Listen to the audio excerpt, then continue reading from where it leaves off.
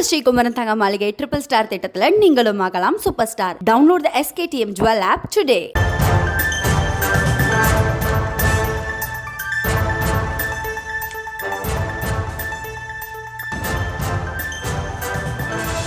அண்மை செய்தியை பார்த்து வருகிறோம்.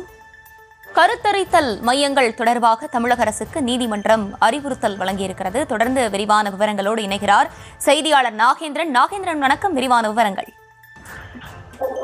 வணக்கம் ஹர்ஷினி. மதுரையைச் சேர்ந்த வெரோனிகா மேரி உயர்நீதிமன்ற மதுரை அமர்வில் தாக்கல் செய்த மனுவில் குழந்தை இல்லாத தம்பதிகளின் நலன் கருதி ஆந்திரா, கேரளாவில் சில அரசு மருத்துவமனைகளில் செயற்கை முறையில் கருத்தரித்தல் சிகிச்சை மையம் உள்ளன.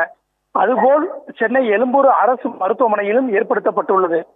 அங்கு தென் மாவட்டங்களைச் சேர்ந்த இல்லா ஏழை தம்பதிகள் செல்வதற்காக அரசு அதிக நேரமும் பொருளாதாரமும் விரயமாகிறது.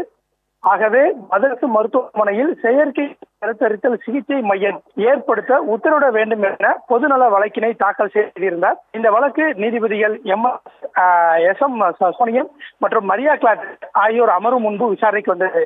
மனுதாரர் தரப்பில் ஏற்கனவே இதே கோரிக்கையுடன் தொடரப்பட்ட வழக்கு அரசின் உறுதியளிப்பால் உரிய நடவடிக்கை எடுக்கப்படும் என நீதிமன்றம் நம்புகிறது என குறிப்பிட்டு வழக்கு முடித்து வைக்கப்பட்டது.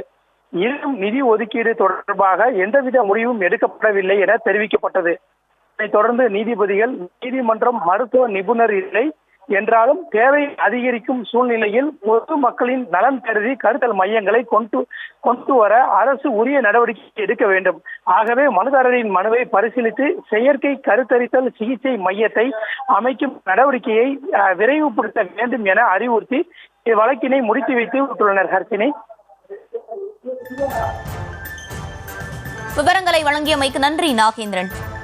நம்ம ஸ்ரீகுமரன் தங்க மாளிகை ட்ரிபிள் ஸ்டார் திட்டத்துல நீங்களும் ஆகலாம் super star. Download the SKTM Jewel app today.